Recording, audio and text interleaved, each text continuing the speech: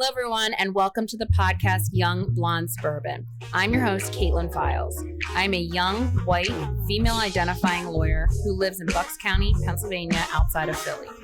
This podcast runs as a sister show to Young Black Suburban, hosted by Tim Witherspoon Jr. The Young Suburban podcast hosts guests to engage in conversation about their different life journeys and perspectives. My show, Young Blonde, has a special focus on badass babes out there doing the damn thing. So welcome and thank you for tuning in. Let's jump into today's episode. All right, we're back for another episode of Young Black Suburban. We're here with Lisa Edwards. Hello. Hi. And I'm totally representing for them. I know. Yardley Tattoo, Lisa and her husband Max are the owners of this. I'm in my civilian clothes because I knew she'd be representing, so I dressed just, basic. I actually have two Yardley Tattoo shirts, but my cream I can't find anywhere. I'm pretty sure my brother-in-law stole it. I mean, you said your grandma was commenting on it too, so I'm like, that's my money's on grandma. I think she took it. It's a really cool shirt. It's Scrooge McDuck, which if you're an 80s or 90s kid, you know who that is. And he's diving into his thing full of cash money, and it has the Wu-Tang cream on it. I mean, it's very creative. And your husband Max came up with that's all Max. I don't think I could ever come up with that one. It was really cool. I loved it. Yeah, but thank you so much for being here today. Thanks for having me. Yeah, so we met through social. I feel like I start all these through social media because actually no, I guess how we met is because Young Black Suburban, which is our brother podcast that Tim Witherspoon Jr. hosts, he had a guest on there who Antoine Lovelace, who has a salon here studio. Yep. And Max, your husband, is a tattoo artist, and he used to, I guess, work out of Lovelace. Yeah, so Artists of Blue Velvet is actually the shop that Max was working for, but that was kind of like a satellite location that they had inside the Lace barbershop salon. Mm-hmm. So because of COVID, there was only one artist. There wasn't anyone working out there for a while. Then once there was, it was Max, and he was the only artist working out of that satellite location. So he was the one guy in there. And I think you ran into him there. Yeah, so I was talking after Antoine was on Tim's show. I was there for the show, listened to it, loved what he had to say. So we were talking after. And I don't know why I brought up that Yardley Tattoo was coming to town. I didn't know who Max was. Yes. No, you just naturally found it through Instagram. Yes, I saw it on Insta. Yeah, but like a month before we opened, we started the Instagram and started just hashtagging. You know who I found it through? Who has also been on the podcast? Colleen at Breast Milk Fitness. Yes. Yeah, so she promoted you guys. Yeah, she was super into it. Yes. Yeah. So then I found you guys through that. I brought it up to Antoine, and he was like, I bet it's my buddy Max who you're talking about. And then 2 days later, I went to go see Antoine's space at the Lovelace hair salon studio, and Max was there. And he's like, that's your dude from Yardley Studio, or Yardley Tattoo. So it all fell into place. And what's also funny is when you finally came to Yardley Tattoo to visit it, and just to see the shop, I was wandering around Main Street with my kids, and Max called me to be like, Katie's here. And since we only knew each other through Instagram handles, I'm like, who's that? I was like, okay, I'll come meet her. Who are you talking about? I was like, oh, don't just say Katie. She's gonna be like, say Files Law. That's what she'll know. Yeah. No, but then I came over real quick to say hi, and I felt like just right away I was like, oh, she's my friend. I know. I couldn't. He was like, I think you'd like my wife. And I was like, I have a feeling I would too. Let's get her in here. Yeah. Well, and also just I know, I don't know how long we're gonna dive into Yardley Tattoo right off the bat, but I think also what's really funny is I've been doing the social media for Yardley Tattoo, and not everyone might know that. So there's a lot that's in my voice, or things that I'm liking and following, and then they see Max and they're like, huh. I had that exact experience because we were connecting on social media before, and I was like, Yardley Tattoo is so amazing, just your personality. Which Max has a great personality, I love him, but it's very different. It's very different. So then when I was in the shop talking to him, I was like, this is just not the vibe I was getting. Yeah, why isn't he perkier and happier to see me? And then I asked him to be on the podcast, and he was like, no thanks. I was like, what? This is so weird. And he's like, you want my wife. Yeah. And I was like, okay. I think you're looking for Lisa. And then it all made sense after that. Once I realized that you were running social media, it fell into place. But Max is great. I do love him. He's so great. Yeah. I just always want like a hug from him. Like he just seems like he's a good guy. I mean, I don't know how much I can sing his praises. I'm totally biased. Like I'm his wife, so I must think he's a good guy. Yeah. But no, he is, and he's just super driven, and he changed his career, and we kind of just changed our lifestyle and went into tattooing. He has not been a tattoo artist his entire life, but like watching him go through that process of deciding what it was he wanted to take on and leave his other career, and really the motivating factor was like, what can I do that still involves art and I can be closer to home and I'm not missing out on the kids growing up, because he used to have a really long commute. So that somehow got him into the tattooing world. I mean, we used to live in South Jersey, and he would commute, totally telling his whole story right now, but he would commute from South Jersey to Manhattan Monday through Friday. And what part of South Jersey was he coming from? We were living in Manahawkin. So we once both lived in the city together, New York City. But after we had our son, we moved closer to where I grew up. My mom was still there. My sister was still there. So it was just like, you know, we were engaged for 4 years, had our son, and then we're like, I guess we need to get married. And like, maybe we should look for a house or something, you know? This is all like starting to happen. Yeah. So we moved, which I think a lot of people end up doing. We just moved closer to family where we had some support and the kids could get to know their relatives. But with that, I was able to transition and do a lot of my work from home, but he wasn't. He had to do the commute. And like, we both worked in the entertainment TV industry, and that's a demanding industry to be in anyway. Like you're not working just like you're not clocking in and clocking out for a straight 8-hour day and coming home. So he had a team he managed. He'd get caught up at the office, and he'd have like a 2.5-hour ride home. So he was leaving when we were asleep. Yeah. Especially with young kids and a young wife. Yeah. It was honeymoon stage. It definitely was something that was trying. He took the brunt of it for sure, but like as a household, it was trying. Yeah, because it's like, you know, there's not his whole day and week was work. Yeah, and he had to focus on that, you know. And then I worked as well, but had the morning shift with the kids and the night shift with the kids. So it's, you know, it wasn't a happy situation. I gotcha. We lived for our weekends.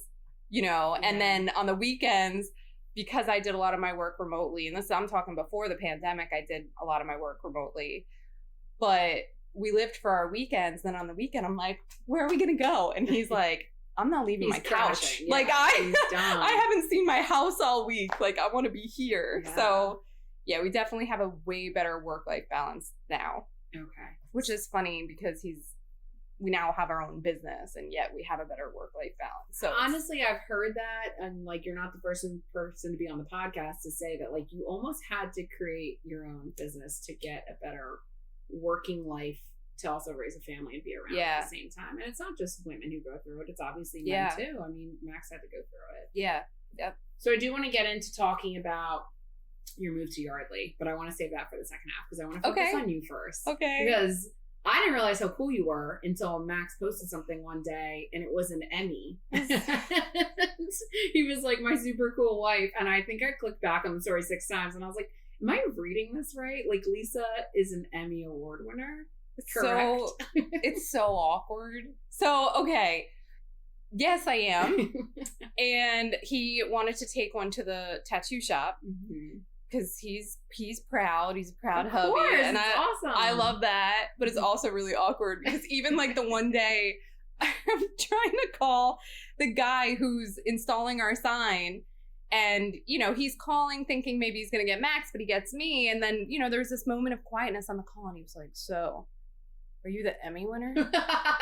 I'm just like, yes, sir. Yeah. Come on. Yeah. Give yourself some credit, girl. Yes. Awkward. No, but I mean, listen, it really, truly, the project that won an Emmy, it was an E60 feature on the Boston Marathon bombing. It was called Dream On. And I have to say, like, I'm proud that I have it. That project won 2 Emmys, actually. So I have 2 Emmys for the same feature. And I'm proud of that. I'm not taking anything away from that.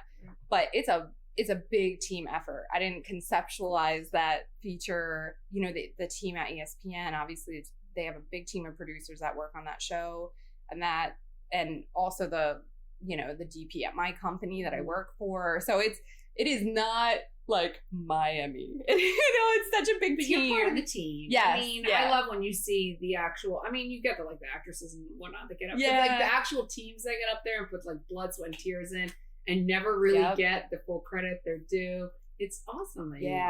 So many, I don't think people realize that even just like a short profile piece might have a lot of people working on that, absolutely. And we stay, some of our shoots, we do have to stay pretty lean, especially now.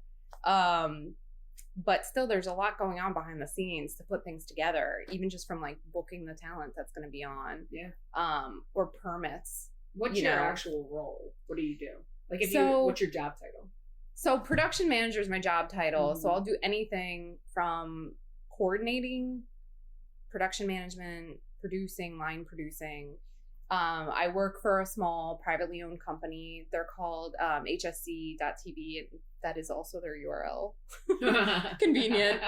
But they've been around a while. I've been working with them for 11 years. And because the full-time staff there is small, everyone kind of wears a lot of hats. So I think my role might vary depending on what's going on. Like, dabbled in a little bit of HR just for like the internal company stuff, but then I might have to go out and do like castings, and sometimes I'm on set. That's rare. Usually I'm just in the planning stages. There's a lot that goes into the planning. So how did you get to become a producer? Let's talk about your story. So you're from the Manahawkin area. Yes. Okay. Yeah. So my family moved to Manahawkin, New Jersey when I was, younger than 5 for sure. So it's not where I was born, but it's really all I know upbringing wise. Grew up there, went to, anyone from that area probably know Stockton College very well. It's actually Stockton University now. Okay. So I'm just going to pretend it was Stockton University when I went there too. You have that right. Yeah. I went to Stockton College. I had not a clue what I was going to do. I was enrolled and I was like, I have to pick a major like right now. Like, I don't know what I want to do. Yeah. I went from like leaving high school thinking I wanted to be an architect or do interior design. Yeah. And then I was like, I'm going to be a math teacher. I can totally be a math teacher. And then I started observing live classrooms. I'm like, I can't do this. I can't be a teacher. I'm through that same journey. Yeah.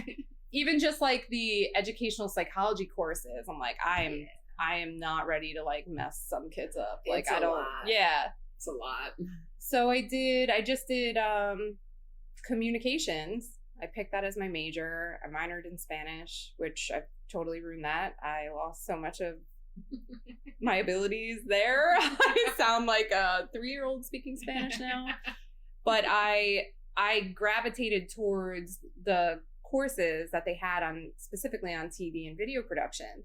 And Stockton is not, I don't think they're known for production. I don't have like film school background. Yeah. But I liked it. I got into it. And then after college, I just started to find PA gigs, and it didn't matter if they were unpaid. It was just like, I have to meet people and get my foot in the door. Yeah.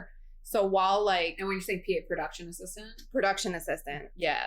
So I worked at Home Depot all throughout college, which I'm like, now that I own a house, I'm like, that was amazing. I know some stuff. Yeah, seriously. No, that's actually awesome. It's an education right there. Yeah. It was like, I was an oddly responsible college student, I think, because it's like, I tried to go for the good pay, and they had tuition reimbursement. So it was like, oh, this is great. This is a great job to have. I might be like cutting carpet off the roll, but like I'm I'm learning some pretty useful stuff, and it got me through school. And yeah, so that was a great experience. So that's what was helping me get by money wise. But I wanted to pursue production, and I would take unpaid gigs. And then eventually I applied for a job at a company called Music Choice. And I know I'm smiling because I know what happened. Okay, so you're smiling because most people are like, "Oh, what's that?" And then if you say, you know, those music channels on your TV, they have no commercials, you know, like Sounds of the Season. Yeah, Sounds of the Season. Yeah. Sometimes you might walk into a bar and they're like playing Music Choice, and you're like, "Oh." That's what everyone knew it for, and I think still even now that's what they're known for most. Yeah, we have it on every Christmas. Sounds the Season. Yeah, but they had a production department and a creative department, and they hired production assistants as full-time employees, which was is somewhat rare. I think some companies do that, but usually production assistants are, a lot of the times they're like gig workers, unless like they're like trying to go union, and it's like their key production assistants have a lot of responsibilities. But yeah, I worked there for a couple years. Max worked there, and he was in their graphics department. So now it's all starting to make sense. That's where I met Max. Yes. But yeah, I got a job there, and I was stoked. Like that to me, I was like, I just got a job. It's full time. It's in New York City. It's so exciting. So excited. I didn't care what level I was at, and care how, you know, crazy the hours were going to be. I just wanted to get in. Yeah. And I remember a big thing, even when I interviewed for that job, was I was still living in South Jersey. I'm still living in Manahawkin. And to this day, I will never hold that against somebody, even when I interview people. I understand why employers need to take that into consideration.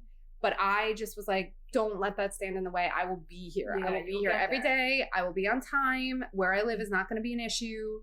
And I didn't make it an issue. And then I eventually was savvy enough that like, oh, I could be paying $100 more than my bus ticket and just move to Brooklyn with like some roommates. Is that what you did? That's what I did. Okay. Yeah. And then how long were you at Music Choice for? I want to say it was about 4 years at Music Choice. And you were working with Max the whole time. I was. I'm just going to focus on this love story a little bit. Well, it wasn't a love story at first. Oh, you guys were just chill friends? I mean, I don't even think we were friends at first. Sounds horrible, but like, God, he's so cute. Did you have a little crush on him? We worked in different departments, and like the production department was the creative services department's client. Okay. Right. So like you had a show. Was he in the creative services? Yeah. Okay. You'd have a show. Your show would need graphics. It would need an introduction, lower thirds, like all the things that you don't even realize they're happening. Like someone has to conceptualize that and make all that. And so I want to back up a minute. At this company, and I'm sure not the only company that does this with their production assistants, but I was not making anybody coffee. I was not doing runs for like, you know, paper clips and their production assistants were researching music artists. Substantive work. Yeah. Their production assistants worked under the producers, but they would get their own shows. So you'd get like, they had a show called Fresh Crops, and it's like someone's coming in who's a new artist. You have to research them. You have to come up with all your interview questions. Then you're going to go and you're going to interview the artist on set. Then you're going to get the footage and you are going to edit your own show. It's basically a predator is a term. A producer editor is a term that they use in production. Interesting. Yeah. Like there are so many times you have to like, you wear multiple hats, whether it's a budget concern or you're just trying to be versatile and prove yourself to get better opportunities. But the production assistants were doing that. And that like, yeah, that snowballed into like becoming a producer there. Yeah. Because you were getting a lot of experience. But But yeah, I mean, before I talk about other jobs I did with Music Choice, so one of the shows I was working on needed graphics, and you know, I got somebody from the graphics team is like, Maximo or Max is going to be working on your graphics. And I don't know what was wrong with me, but I just read the email. So his name is Maximo Edward. And the last name on our email came first. And I'm like, okay, like I'm new and I'm trying to be cool and like know everybody. And I replied to the email and I'm like, thanks, Ed. I'm like in my head, I'm like, everyone must call him Ed. Like I'm sure no one calls him Edward. Wow. And I'm just like, the nickname thanks, Ed. Can't wait to work with you. And like all the guys on the creative team were just like, it was a joke. And so he's not an Ed. He is so not he an is Ed. not an Ed. No, he's not an Ed. No offense to any Eds. It's just like, he's not an Ed. He's definitely not an Ed. Yeah. So no, it was a very awkward first introduction to Max. But no, I think it took a little while for you guys to develop. Yeah. No, and so I also don't want to make it seem like, you know, we didn't have that love at first sight, beautiful meeting. You and Max. Yeah, but it's like I think we just weren't in each other's spaces a lot. Well, I think it's also when you're meeting in a business capacity, like you are focused on work. You're not looking for a love interest. Right. It develops. Right. I don't think that's discounting anything. I just think it's like when you're working. Yeah. And then it's almost like kind of later when it's like, wait, he was cute. There was also like a culture in the workspace of like the production assistants, though they were like full time and you were salaried, you didn't have like you weren't the same as the people who had already been there. So it's like all of the assistants would pool together. They'd go to happy hour together. They'd socialize. They'd go to lunch together. And like, whereas, you know, you'd see that happen, like you go to the kitchen and like people from the same department were having lunch together. It's like the production assistants kind of like would be tight. And he was already there for longer than I was. So it was like, we weren't on like the same work peer level. And then eventually we started to work on projects more together within the company. And then we started to, you know, with other coworkers, hang a little bit outside of the office. And that's when it became like, and I mean, this is like maybe dating it a little bit, but it's like, I can remember going back to my apartment, my little shoebox of a room, because, you know, in New York City, no one can afford to live alone. So I was with like 2 roommates whom I met on Craigslist, and I would go back and I would go on my computer into my AIM. I was gonna say, was it AIM? Into AIM. It was AIM. What was your AIM username?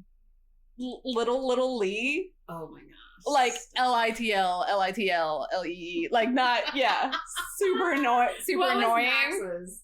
I don't even remember. What? I totally don't remember. Questioning your true love. There's way more important things in my life that I've forgotten though. Like it's me for sure. It's my memory. You know what? If I would make him get on the phone right now. He like even has to remind me of like our anniversary dates and stuff. Like I'm just terrible. I'm shot. I'm like Dory from. I can understand why Max is. So, but no, yeah. He's so cute. So I can remember like going home and being like excited to like send him a message. Oh my gosh. So it was definitely I'm so excited for yourself back like 10 years ago. I know. It was exciting because it's like a weird, like, I work with him. I'm not even sure if he feels the same way. I'm excited to flirt with him. Get on AIM and make a little message about him. Yeah. But then subtle undertones. Once because we did work together. Yeah. And we both were, I feel, even though we were both young, we were both professional, and we didn't want it to be known. Like when we got to the point like where we'd both be heading into work on the same train together, like we'd stagger our train ride. We'd, you know, if we were going to leave the office at the same time, like we weren't holding hands for blocks. Like we didn't want it to be, change other people's perspective of like something stupid. Like he likes the edit of my show, and it's like, oh, it must be because they're dating. It's like, no. Like, we know how to set that aside, and we just don't even want other people's opinions in the mix. I don't think it's unusual to try to do that because you are working so hard with career oriented to like have something like, and people do that. They do talk about stuff like that. They would. Yeah. I mean, the rumors and the gossip that go around at work. 100%. So when did you win your Emmy? I have to keep going back to the Emmy. I have to go back to the Emmy.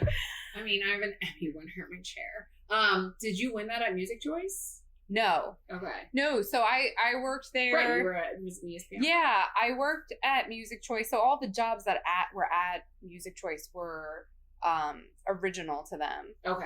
And I was saying, you know, even as a PA, you were involved, you know, with everything. The artists and interviewing and producing and editing, and like I look back and I do think it was still a really cool experience because like, did you meet a lot of cool people if you met the artists and stuff? Like I met Neo and I loved Neo. I love Neo. Oh my god. Oh my god.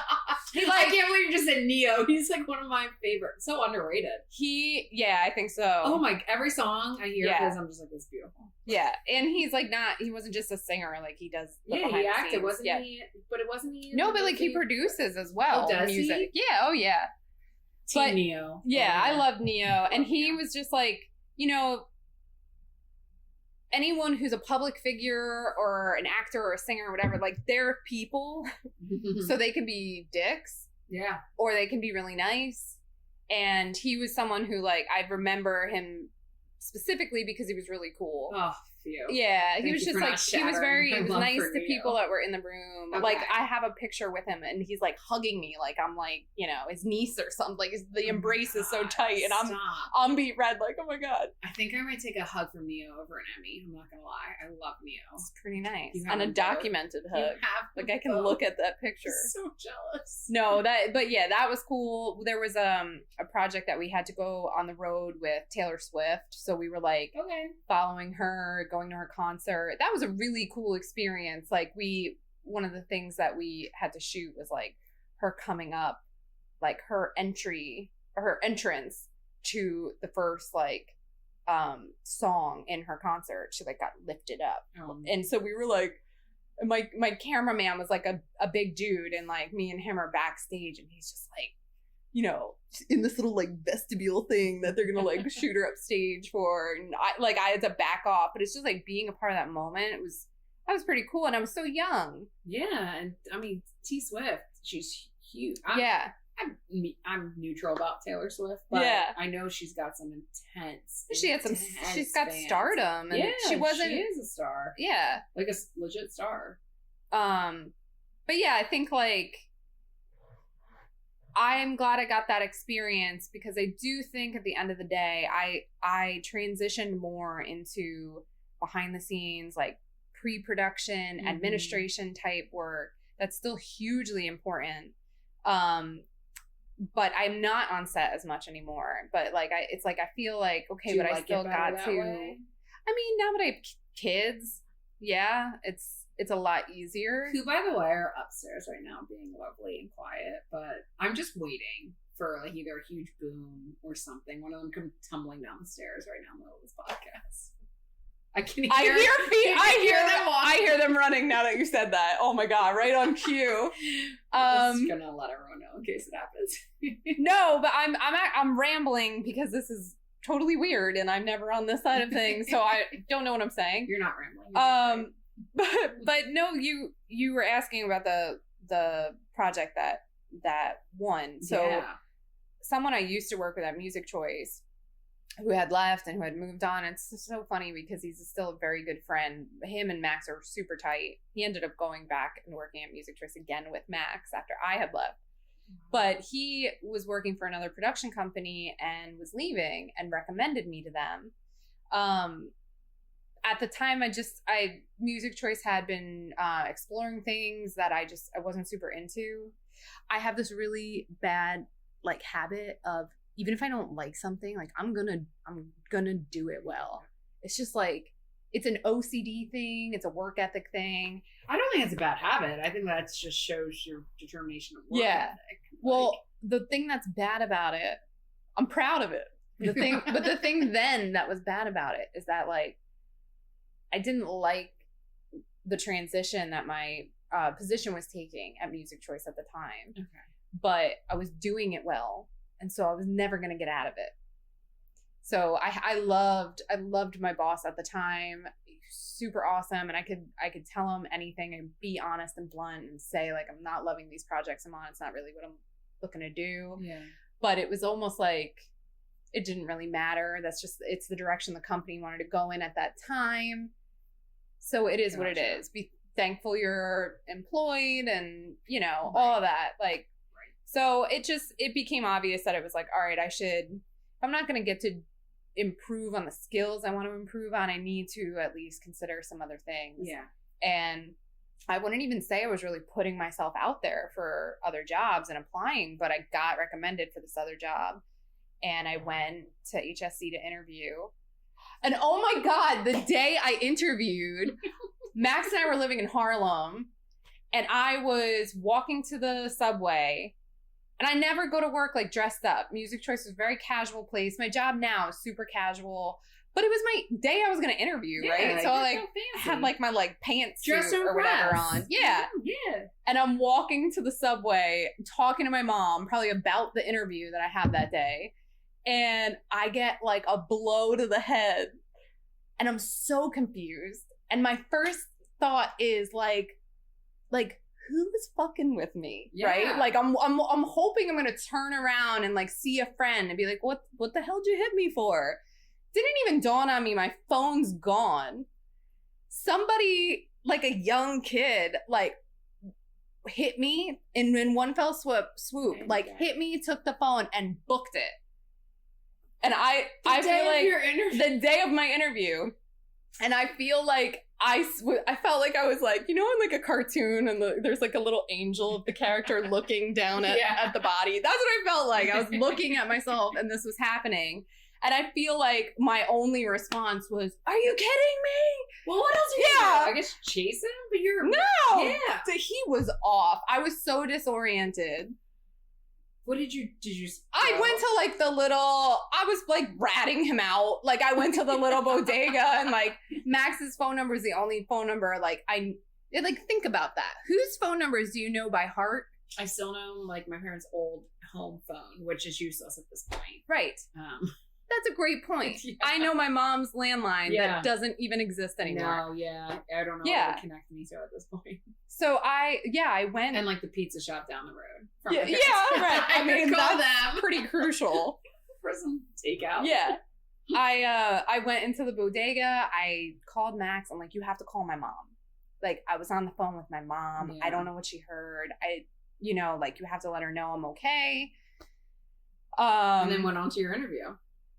No, and then I'm like, call the cops. Like, so stupid. And like, I saw like my South Jersey ID, and basically New York City cops were like, yes, we're on this, ma'am. They didn't give a shit. I mean, like, they humored me, and they like, but they looked at my ID and they're like, why'd you move to Harlem? You know, like, yeah. So that phone was gone. Yeah. So I did. I went to work, and then I went to my interview, and no, the interview went great. Like, I thought the group of people were awesome, and still to this day, I think they're awesome. It's like a family, and quite literally, I mean, there is like the owner and the senior editor are married, and there's animators that are siblings. Like it really is a family, and even if you aren't actually family, you're treated like that. Is it this job you're currently? Yeah, it's a job I'm currently at there, and that's where you got your Emmys. Yes, yeah. Which I have to say, there are more projects I've worked on that have won Emmys, because we do a lot with ESPN, and they're just big winners in that category. Thing, didn't you? Yeah, that was with Showtime. Yeah, that was with Showtime. But yeah, I think thanks Berlin for recommending me to HSC. I got a good run going there. I'm happy there. They're great.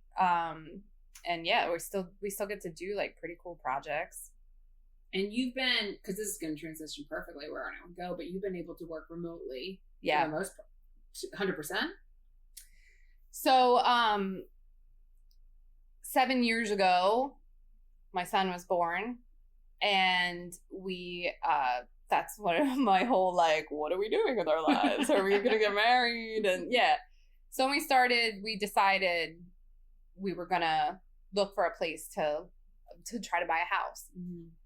Which, mind you, at the time, I'm like, we don't have savings. How do you buy a house if, like, what do you do? How do you make a down payment? Like, I was very much like... Did you have student loans? Oh, yeah. We both had student loans, credit card debt. Everything. Yeah, I mean, that whatever. Everyone had. Yeah. And no one was taught any better about it. Yeah, I legit did not have, like, money saved. Yeah. So I'm just like, how do you do that? Were you guys in Harlem at the time? By then, we were living in Astoria. Okay. So the day I interviewed, the company is based in Astoria. They still are to this day. And once I found out I got the job, I'm like, it was still easy to get directly into Midtown from Astoria, Queens. But we moved closer to that job because it was like I could Max then was walk to work. Going to Music Choice. Yeah, he was commuting to Manhattan. Yeah, in Midtown. But totally forgot what I was talking about. Basically, when I was asking if you, at that point, like, were you were living in Astoria? Yeah. Were you deciding, because we were asking. Oh, if you deciding where to go. Right. Yeah. So when realizing that it was at that time that we were going to be serious about looking to buy a house, I went to the owners of the production company I work for, my bosses, and they said, I don't think we're going to be able, like, we can't afford to buy a house in New York City. Who can? So, and we have this newborn and life is very different. We didn't expect how things would change, but, you know, I said, if we considered moving closer to my family, would it at all be possible to work remotely? And I kind of was like, if I have internet and I have phone, I really can do, like, most of my job from home. Which we have now learned in COVID is also true. Right. For a lot of jobs. But this was long before. This was like a normal thing. He's 8 now, right? Yeah. Yeah. And at 7, but close. I'll be 8. But yeah, so, and I mean, he lied to me. I think he told me he was 8. I think maybe also I grew up and my mom was a medical transcriptionist and she was doing that from home. Even when she was still working off a typewriter. She would do it from home. Mm-hmm. She would take all her typed out medical documents and, like, maybe once a week or a couple times a week, she'd drive them into the office. She'd drop off her documents. She'd collect the tapes. She'd bring the tapes back. I mean, you'd wake up in the morning in my house and you'd hear tick, tick, tick, tick, tick, tick, tick, tick, tick, tick, tick, like that. And then we eventually got a computer. Yeah. But yeah, I think maybe seeing and growing up, like, seeing that someone worked from home. Yeah. I think maybe that's the only reason I thought that could be a thing. Yeah. Like, I can do a lot of this from home. And, yeah, I didn't know how they would feel about it. I was actually quite nervous because I didn't want it to jeopardize just even asking the question. I didn't want to view you and your commitment and all of that. Right. Mm-hmm. Or just even if they're like, Lisa might want to move. Yeah. Maybe we should start thinking about replacing her in case she does. Like, I was super nervous to approach them about it, but they were confident that if I could get us, like, on VoIP, like on a phone system that I could answer. And so yeah, I looked into that and we made it happen. And I would still go in for jobs that I need to be on set for. I would go into, like, sit in on during auditions if that's needed. And honestly, like, I would go in if it just felt like there weren't enough jobs happening that I could be on. Yeah. So I'd be like, all right, I'm going to come in this Friday and work from the office that day. And everyone would be like, that means we're ordering Thai because I love Thai. So it was like, I love Thai. Yeah. Well, I'm still in the hunt for a good Thai place out here in Bucks County. If you find one, please let me know. Okay. Because I haven't found one. I don't think I've had Thai out here yet, to be honest. Yeah, I haven't found one. I would assume New Hope is going to have one soon because they normally have more food starting up over there. So speaking of going to Bucks County, so obviously remotely you've been able to transition everything with COVID. Yeah, so with COVID, that being already set up to work from home, that was not a hard transition for me for the pandemic. Yeah. what was hard is that everyone else was now home. Mm-hmm. When I worked from home, I still treated it like I was going to the office. Yeah. I packed up my kids' stuff. I dropped them off at daycare, you know, before they were school age. I came home, I sat at my desk, and that was it. I mean, I was working feet from my kitchen, and there'd be days I'd work through my lunch break. Like, I was very focused on what had to get done. It's discipline, too, to Yeah. sit there. When I work from home, I'm all over the place. I mean, I think maybe this goes back to, like, my OCD with, like, having, which I don't mean to use that term so lightly. I don't technically have OCD, and I know that's a very serious thing, but I have to complete my tasks, and I have to, like, check off the things off my to-do list, like, and the reality is we were always so busy and had so many projects that it's like, I couldn't, like, work with my feet up on my laptop. You actually like, had to, like, put in work. Oh yeah. No, you did initially move to Yardley, because you're obviously Yardley residents now. Yes. That's why we're besties. But you, I know I can walk here, by the way. I know, it was amazing. I was like, you can come over now. But you initially did you go back to Manahawkin? We did, yeah. Okay. So that's where we, when I prompted my bosses that I might want to look for something closer to family. Once we finally found a house, we did move back to Manahawkin. We were there for 7 years. And during the pandemic, it was just kind of like a realization. I don't think we ever knew if that was our final place to be. Mm-hmm. We never got our home and felt like this is our forever home. Max even more so than me. Because you have to understand that I was moving somewhere where my mom was there, my sister was there, friends that I went to school with were there. For Max, it was still a new neighborhood. I think we both had like a culture shock moving there, because even though I was from there, it was much different after having been living in New York City for however long I was there. Exposure to other things, people experiences in New York. And there's like, you know, there's things that when you're young and you don't have certain experiences and you're just immature and you're growing up, there were things that I thought about, you know, where I was growing up or the memories I had and whatnot. And then you go back, you have other experience, you're away for a while, and then you go back and you're like, oh, things seem different. Or, you know, and it's like, I never thought like where I was from was a small town, for instance, when I was growing up. And in some ways it isn't, right. But it is. Like once I went back, I was like, oh, like there's even just down to like finding something to do. Like I was like, oh, I think I took New York City for granted when I was there, because like we could just, you go have so many different experiences, exposures to different art, culture, restaurants, things to do. You know, it was different. We had to get used to it. And I think that I had friends and I had family there, but Max didn't. And so I do think like he still had like Zillow, the Zillow app on his phone, even right after we bought the house. And I'm like, what are you talking about? Like, this is a process. Like, we're going to be here for a while, you know? Yeah. But I don't know. I can't put that all on him. There were still parts of me that I was just like, well, what then led you to Yardley? Because I mean, this is not even. I know Manahawkin, but it's not like they're. It's not like it's like a next door neighbor type city. Yeah. How did you get over here at this point? I mean, we had several reasons why we were just like finally during the pandemic. You know, that seemed like a good time to move. I mean, we both opened businesses in a pandemic. Seemed like a really good time to house hunt. Really doing great decisions. No, but I think it was just, listen, I think so many people because of the pandemic had these like epiphanies. And we just started really realizing like what we want and what we don't want. And if we know these things, then why aren't we doing something about it? So let's do something about it. And we started to consider moving. And then that same thing. When we were in New York, we're like, we should buy a house. It was like, do we look at Long Island? Do we look at North Jersey? Do we, you have to go through and figure out like, where do you want to be?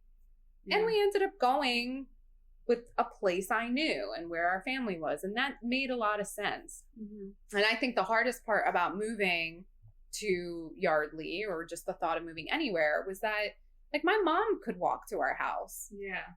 It's nice. It's that sense of comfort of home. But also like she got so close to the kids. Yeah. And I felt really torn about like where we were going to go, because I don't want to take that away from her and take that away from them.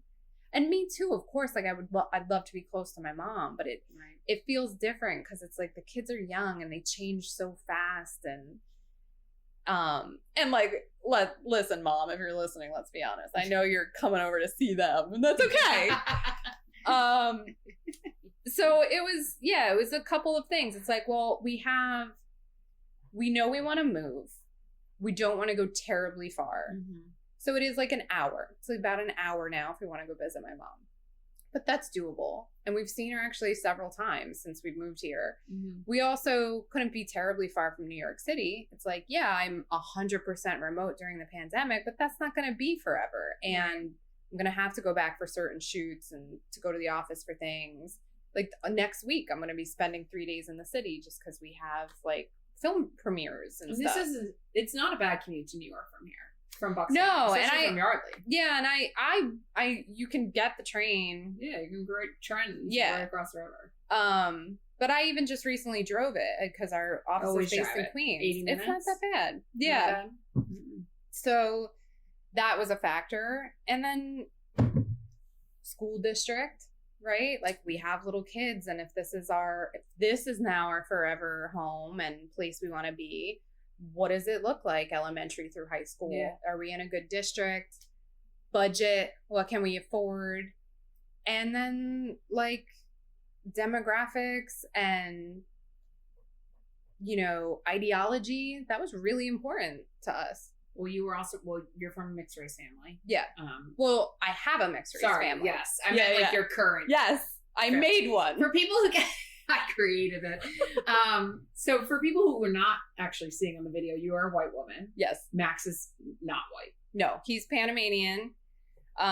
He's Afro-Latino, basically. So he identifies, with being Black. Because if you're looking at Max, you're not saying like, oh, you're Panamanian. Like, he's a Black man. Yes. Yeah. When Antoine was asking me, he was like, is the Yardley tattoo guy Max? And I was like, I'm not sure. And he was like, is he Black? I was like, I don't know. Like, I don't know what he is. Like, he kind of sounds like a white chick. I don't know. When he's messaging me. Yeah. So your kids are mixed race. Yes. So yeah, it is, especially now you guys are moving. It wasn't just a pandemic. I mean, it was a whole host of human rights. Yardley had a march for Black Lives Matter. I don't think you guys were living here yet. No, we weren't. But it was actually, I went to the march, and I thought there were going to be 10 people here, honestly, because Bucks County is not, when I was growing up, it was not known for being a diverse area. Yeah. I honestly thought there were going to be 10 people at this march, and the whole entire main street was filled, hundreds of people. And I went with my dad, and my dad was like, look at Yardley, like showing up, like really changing for the better, for sure. And I do have to say as well, like where we were living, we were still in Manahawkin when George Floyd happened, and there was a Black Lives Matter march that took place right over the causeway going to Long Beach Island. And we were terrified, like, because this was still the height of the pandemic, and I was extra sensitive. We lost some family members in my family to COVID. And we were like extremely cautious the minute the news was hitting, like before things even formally shut down.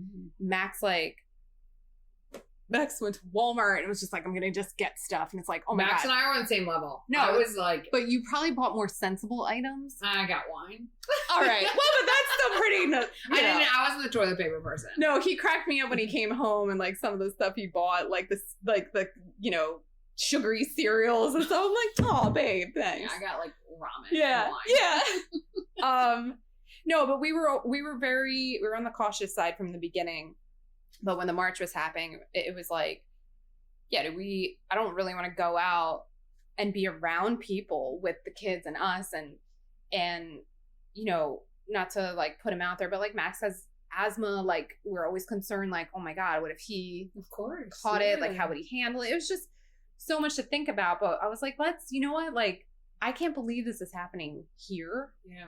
Manahawkin is not a very diverse area. Mm-hmm. It was actually a couple of like the high school students, seniors that organized the march. And I was like, I tagged them. I'm like, what do you need? I'm going to donate water. You know, like I wasn't comfortable being out with people, but I wanted to be involved so bad. And then I finally, you know, Max and I talked and we decided that we were going to decorate the SUV up because we wanted to show our support. Mm-hmm. I was almost also nervous for the people that were going to attend the march because the community, from everything I was seeing, we didn't live in a Black Lives Matter community at all. And I was like nervous for the people that were going to be out marching of like someone else going to try to do something really stupid that day. And I wanted there to be like, we support this. So we decorated the car and we were driving the causeway and we were honking and we were so moved at how many people did show up. Mm-hmm. And we eventually got out of the car and we were just so moved by it. We didn't walk the bridge with the kids, but we held up our signs and we cheered for everybody as they walked back. And it was like really emotional to be a part of that moment. And for a minute, it kind of made us feel like good about where we were living. Mm-hmm. And that like everyone was like, okay, this matters. And but I don't know. I just think, I met people at that march and we would like link up online and I started realizing a lot of the people that were there were also not local. And it came in for it. Yeah. And like, it didn't feel like all of those sentiments were within the community. There definitely, don't get me wrong, there were people in the community that like, were behind it and feel like it's a human rights issue and there is systematic racism and this is a problem. But then I also just was getting the vibe that it was like, no, Manahawkin's a good town. And one of like Max's favorite quotes was like, 2 things can be true. And it's like, it could be a good town for you if you're white and your family's white and, you know, you have your sense of community. I'm like, it's awkward to be talking about this and like knowing that if someone's going to be listening that I feel like I'm totally calling the town out, but it just wasn't right for us anymore. We didn't feel comfortable there.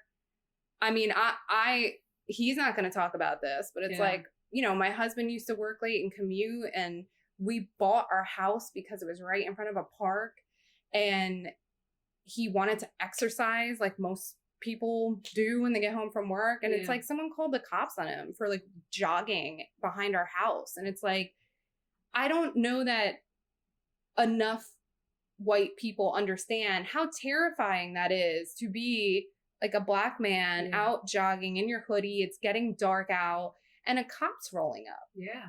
And now you have to worry, like you're not even doing anything wrong. And you have to worry like what's about to happen and be like scared. Like that's a fucked up reality. And that's a reality.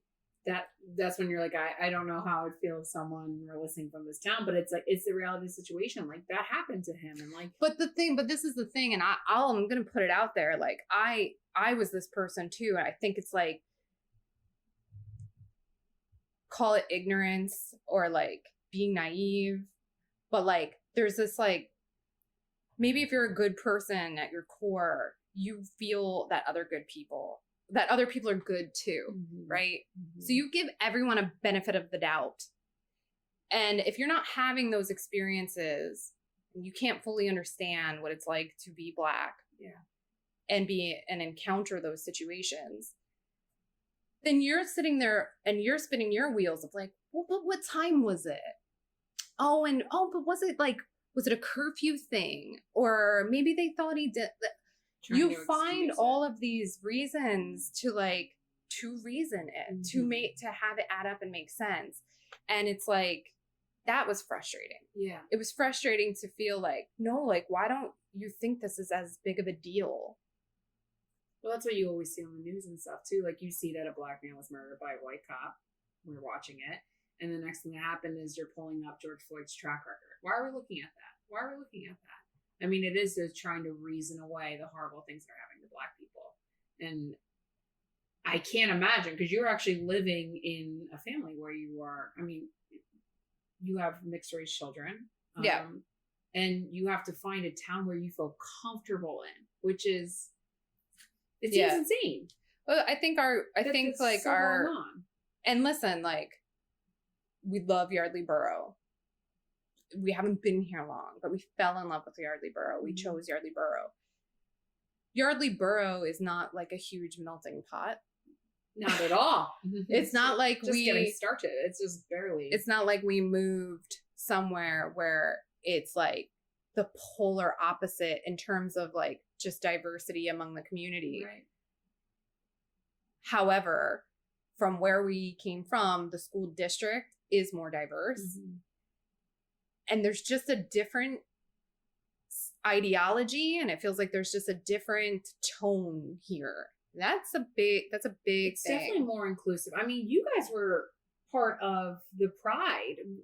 Yes. There was that recent Yardley Borough, and I assume a lot of Bucks County towns have never raised the Pride flag. Yep. And they did it the first time you told me about it, and I think Yardley Tattoo was pretty instrumental, if not even getting the conversation started, but making it happen. No. Well, no. Oh, no, you just 100% not. That ball, ball, I thought you guys were. Yeah, that ball give you was so much credit. No, definitely not. That ball was already rolling. Our council president here in Yardley Borough, David, was already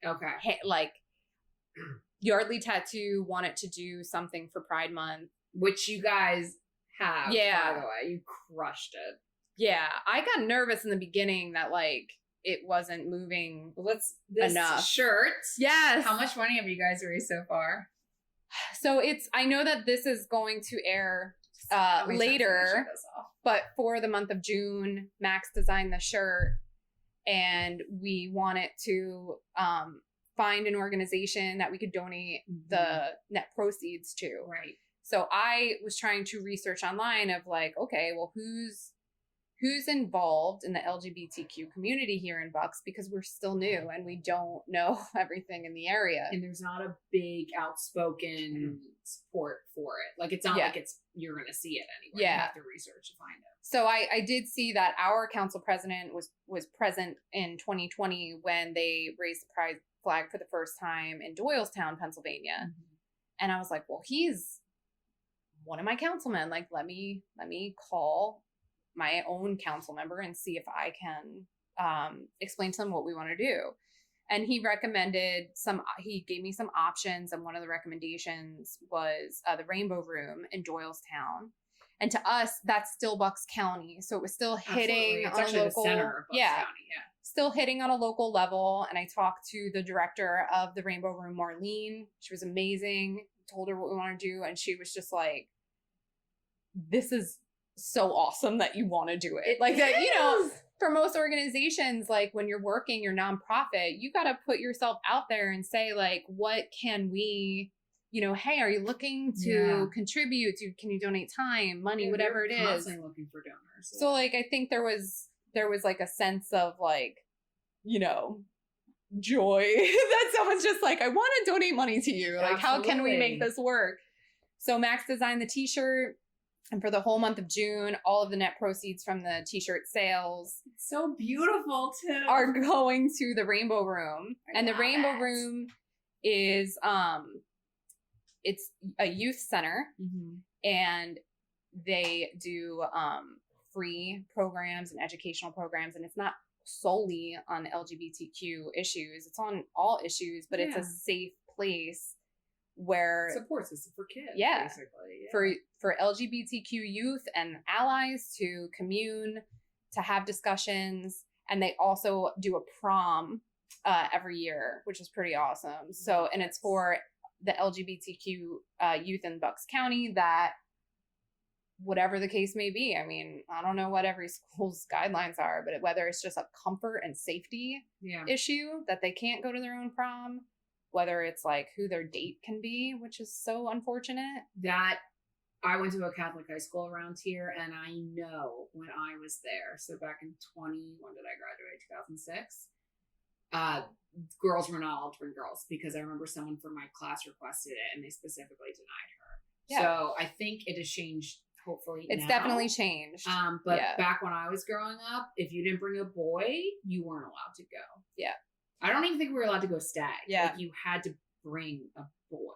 Well, and also another thing is like the Rainbow Room is funded through Planned Parenthood, like, you know, grant money and funds that they get through Planned Parenthood. People have to understand that, like, just excuse me for being blunt, but people aren't just going to Planned Parenthood to get abortions. So when that's all it's for. Didn't you know that? When you pull funding from programs like that, it's a domino effect. And so when I was talking to Marlene, that was another thing that hit home for me, is like not just the pandemic alone, but just the last several years, because of decisions made in the last administration, they lost a lot of funding. And I'm like, it's just health. It's people's health from Planned Parenthood. But everyone thinks it's just abortion. It's just even education for these kids and giving them a safe place to be, and protective stuff. I mean, it's literally giving out contraceptives and condoms, and the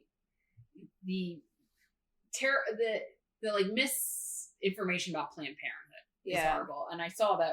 So after you were doing all this stuff with your ugly tattoo, Rainbow Room, we had that cleanup with Tim Witherspoon for his boxing gym in my law firm. And you lovely people still donate. I can't believe you donated afterwards, but we did that raffle basket and we were able to raise more money for them. And she was freaking out. And I was like, this is all coming from your ugly tattoo. Like, I wasn't going to do this. We weren't going to do this. And then we were like, we have to do something for Pride. Yeah. So you guys not even just raising money with the shirts.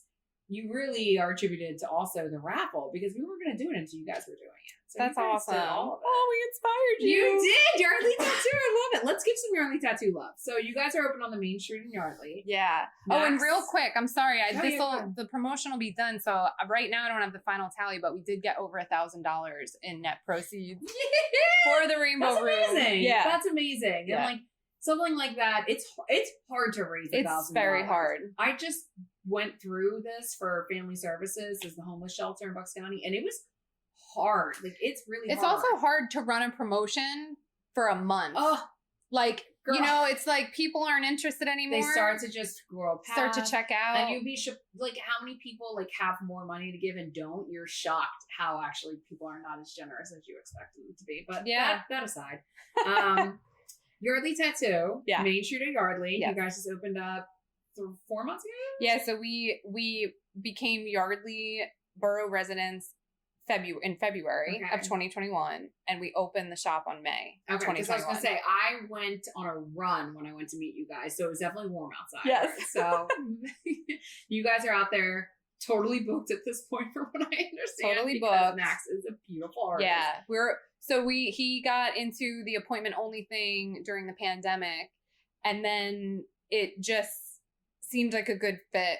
Yeah. And also in the borough, I think it works well here too. Smart. I don't think this is a street shop type of environment, it's or that you get a lot of walk-ins. Yeah. So it worked here. We kept it. And it also gives Max, like, he likes to work with his clients leading up to their tattoo. So he can show them, you know, conceptualize with them, show them before they come in what it's going to look like. Yeah. You know, he is doing custom tattoos. And like, you know, amazing. Some people come in and they're like, I want this. Can you do it? And he will most certainly do that. Like, there's no ego, like, no, it has to be my original work. Like, no. You meet Max and you're just like, I just love him. No, he loves what he's doing. And he's super talented too. Like, he is clearly an artist. Like, I didn't realize he had painted. So if you go into Yardley Tattoo, you're going to see paintings everywhere. And I was like, oh, who made that? He was like, me. Yeah. I was like, oh, duh. Sorry, that's embarrassing. What's so funny is, like, when we were moving into the shop and trying to decorate and put all the furniture in, we had this huge spot over the couch And we were like, okay, we're gonna get a TV here. We're like honestly gonna bring like our flat screen from home and have it mounted.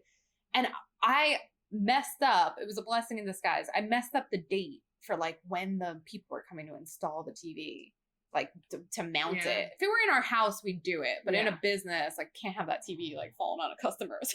As an injury lawyer, please make sure you guys have professional use. Yeah. So messed up the date, and there we are. We're standing in the shop. Kids are like undoing all the work we did behind us, and we're looking at this blank spot. And I was like, "What about your big painting? Like that would look cool here." And he's like, "Well, I'll hang it up until the TV can be installed." And then he hung it up, and we were like, "This looks great."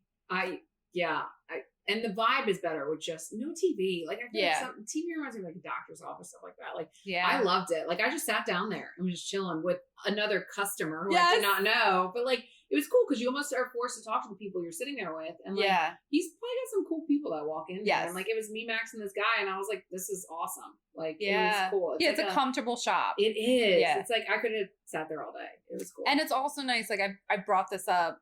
It's also it's a family friendly space the way it's set up as well. And that's been cool because like we've had, like the other day I had a mom that came in for her consultation. Like she was able to like bring our kids in. Absolutely. We don't tattoo minors, even if they have parental consent. It's just a decision we've made for right now. Mm-hmm. And honestly, like it just so that no one gets like, you know, annoyed by that. Yeah. I think that people just need to understand that every family dynamic is different. And like you may get a child coming in with like a mother who's going to give consent, but you don't know if the father's aware. Yeah. You know, there's a lot of dynamics there. So it's easier to just, once you're an adult, you can come get your tattoo done. Speaking again as a lawyer, I think that's a great decision. Yeah. It's, we're not looking to like make any of our neighbors mad and like have them be like, why'd you tattoo my daughter? No, Yardley Tattoo is amazing. Physical space and the people behind it. So tell everyone how they can find you guys on Insta or whatever. What's the best way to contact you? So yardleytattoo.com is the website. I'm going to say that again. Oh my gosh, I don't think I've been on the website. I'm going to have to go Really? on. I've only stalked your Instagram, but continue. So yardleytattoo.com is the website. It's got a couple samples of Max's work. It's got our apparel. So like the Pride Wind shirt is on there. The promotion will be done by the time this airs. But there's other shirts on there as well. Lots of other cool shirts. Yeah, there's contact information for us is there, but I think the majority of our presence is on social media. Yeah, we do have Facebook, Yardley Tattoo on Facebook, but Instagram, we are Yardley Tattoo on Instagram, and you can see all the amazing tattoos. It's just been a really great place to meet people. We book off of DMs. And we've been following a lot of other local businesses that have also been like really warm and welcoming us to the community. That is a good community. Yeah. But yeah, I try to, my support for Yardley Tattoo, like the social media is one of the things. Mm-hmm. So even though I do have a full-time job and I do still do production, I'm very dedicated. And you're a mom. I'm very very dedicated to my career and the company that I work for. We still do view Yardley Tattoo as a family business. And so I make an effort.